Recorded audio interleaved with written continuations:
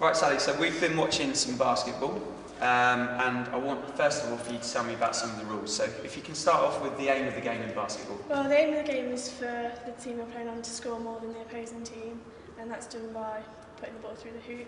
Okay, how many points do you score for? Standing inside the three-point line, it's a two-point shot, and outside it's just worth 3 points. Okay, are there any situations where you can score 1 point? Yeah, and if you been committed a foul upon, then you have a free shot. Each is worth 1 point. So you'd have two if you were going to shoot a two-point shot, and then you get 3 free shots, each worth 1 point again if you were going to shoot a three when being fouled. Great. Now, some of the rules in basketball are quite unique to basketball. So can you talk to me about any of the rules that you like in basketball? Yeah, there's 3 simple rules. No contact, no double dribble, which is bouncing, picking up the ball with 2 hands and then dribbling it again, and no travelling, which is more than 2 steps. Excellent. And then, are there any sort of safety rules that are brought in to help people stop them getting injured in the game? Yeah, like the no contact rule, that's just to prevent injury, and then just simple safety rules like appropriate footwear, appropriate clothing, no jewellery. Right, so you've just been watching Carla play, okay, we've been focusing on her throughout the match, okay. Can you talk to me about the sort of things that she's good at, some of her strengths and some of her weaknesses, both in fitness and in terms of the skills that she can do? Well, I identified her strength is she's quite a confident dribbler, she's able to look up and not always looking down at the ball, which is something that you need so you can see where you're passing it to. A weakness would be maybe that she's not quite getting down the court quick enough, which would suggest low sort of endurance, and maybe a shooting, just set shots, could be more accurate. Excellent.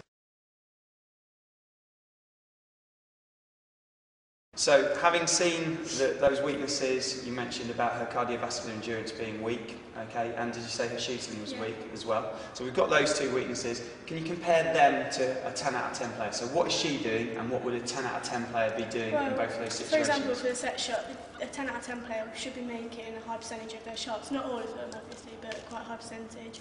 And whilst Carla's shooting with hands on the side of the ball like that, she wants to have one dominant hand underneath the ball and the weak hand at the side of the ball to ensure that she's got the balance of the shot.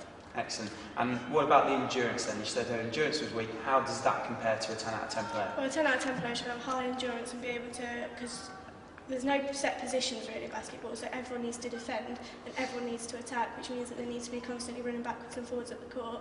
And if a 10 out of 10 player needs to be able to make it down attack end of the court to maybe get like a quick fast break, so there's no defenders there, or she needs to make it back to defend to ensure that the opposing team doesn't get a fast break. So they can keep going throughout the game. Yeah, you without felt that she couldn't do that? Yeah, for the whole 40 minutes. Excellent.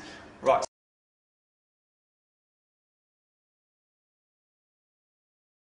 Explained some of the weaknesses that she's got then. So you've identified shooting and you've identified cardiovascular endurance. Let's talk about the endurance first. Okay. Over a 6-week block, you were asked to plan a PEP, personal exercise program, to make sure that she improved.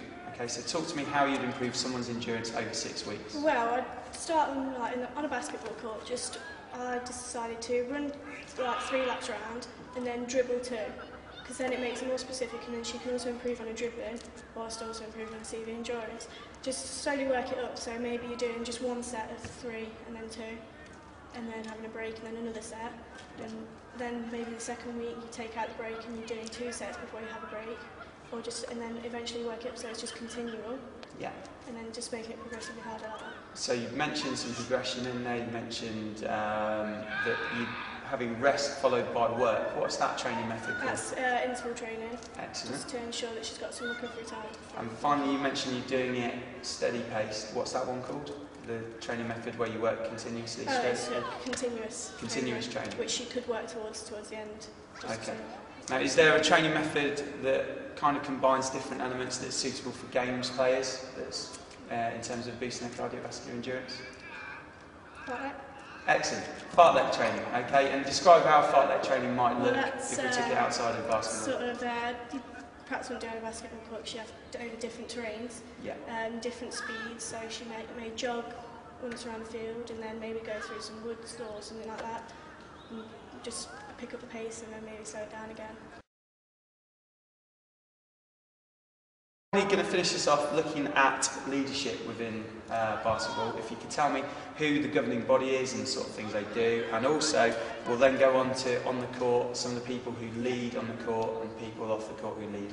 Well, the main governing body is the England Basketball Association, and they take care of league tables, who's going to be playing who, sort out the fixtures, and they also sort out the venues as well to make sure everyone has a home and away game. They also do many courses like tables officials, refereeing, coaching courses, so people can get involved with basketball, but not necessarily from a playing aspect if they're not as strong players or they just don't enjoy it that much. And then so they take care of all of that and offer players the chance to do them courses. So as well. in terms of on the court as well, who does some leadership on the court? Well, on the court, you'd probably have a point guard as a leader because they're the ones dribbling the ball up and they can see what's going on. They can call out set plays to the rest of the team and set it up in a way that they think would ensure that they get the basket.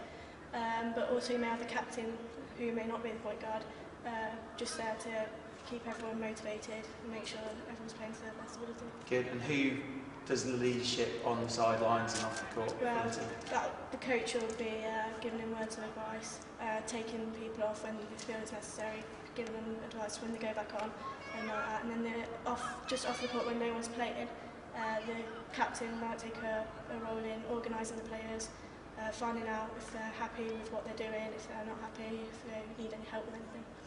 Great, thank you very much.